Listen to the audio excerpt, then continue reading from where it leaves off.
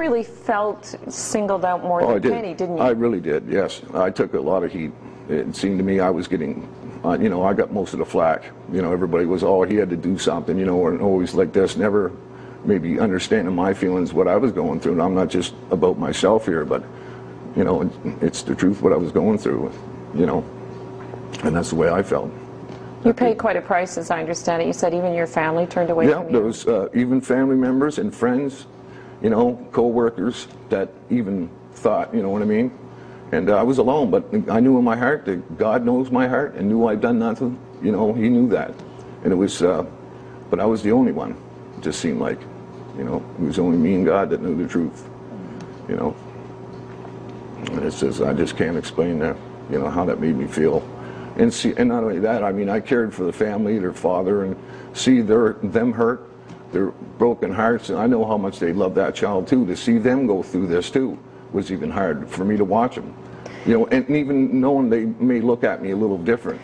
So how did it come undone then? How did her story unravel, and how did it end up to be where we are now? I just felt, you know, I just felt something was not right though. You felt something in your gut? Yeah, in your stomach. You just felt deep down that there was something wrong, and you know, it wasn't just right. And I think other people felt that too. You know, they could feel something. It just wasn't like a normal grieving person should be acting like, especially losing their daughter, right?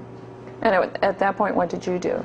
I mean, I was having mixed feelings about it myself. You wanted to be there for somebody, but yet you didn't want to be around them, you know, because if they, you know, feeling if they done something like that. But did you call police? Well, I've talked, like I cooperated with the police from the very beginning.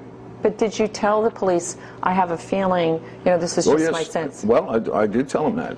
I did actually tell them that in the interview. I even went in and said, I feel something's just not right, you know, and I told them how I felt. I mean, I'm going to tell the truth, you know. And they said, you know, and I did. You know, told them whatever I could to help them. You know, it's always forward. Always tried to help them until they started looking at me and accusing me, and I can't cooperate then. I mean, you know, I was scared to death for myself, you know. And you offered to take a lie detector test? Yes, I did. Yeah, I offered. They asked me if I'd take one, and I said sure. And I called them up a couple of days later because they were going to arrange it, and all of a sudden they changed their mind. They didn't want me to take a lie detector test. So at what point did you know that she'd murdered Karissa? Like, when was that very clear? I actually, it wasn't clear until I heard her confession. I mean, I thought, I knew in my heart there was some things that, you know, I didn't, you know, that made me question, but I gave her the benefit of the doubt. How do you feel about talking today? I'm glad to be able to finally be able to talk and, you know, and have my, you know, have my say as well, you know, just to tell them what I've been through, that it wasn't easy here. It was no picnic for anybody. And tell the family too how much you know, I'm so sorry for them, you know, see their pain that they went through. Will you ever be able to see them and tell them yourself, do you think? I hope so, yes. I hope so, that I can tell them that.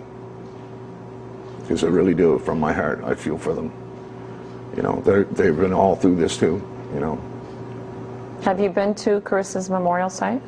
I haven't. I wasn't able to go because people thought that I had something involved with this, and I couldn't even go to the memorial, you know, until this was settled, you know. You know, like I said, I didn't want any confrontations with anybody, and, you know, people are entitled to their opinion, but may not be right, but... Will you do that? Do you think you'll visit the site? Absolutely. Yeah, that's going to be my first agenda, actually, is to go and take one of her bears to the site that she gave me, so... That was the bear? Well, I gave her a bear called Teddy. I have she drew me like a crayon, you know, thanking me for giving her the bear, because I said I had a bear, and I said it needs a home, right? Well, she thought it was great. She called it Paws. You know how sometimes people say, you know, things happen for a reason. Can you see any reason? No. I know this was avoidable. It shouldn't have happened. If I had went that day, maybe I would have, you know, I feel guilty sometimes that if I had just insisted to go, she'd have been okay, right? But I had no idea. It'd be the last time I see her. You know, I had no idea.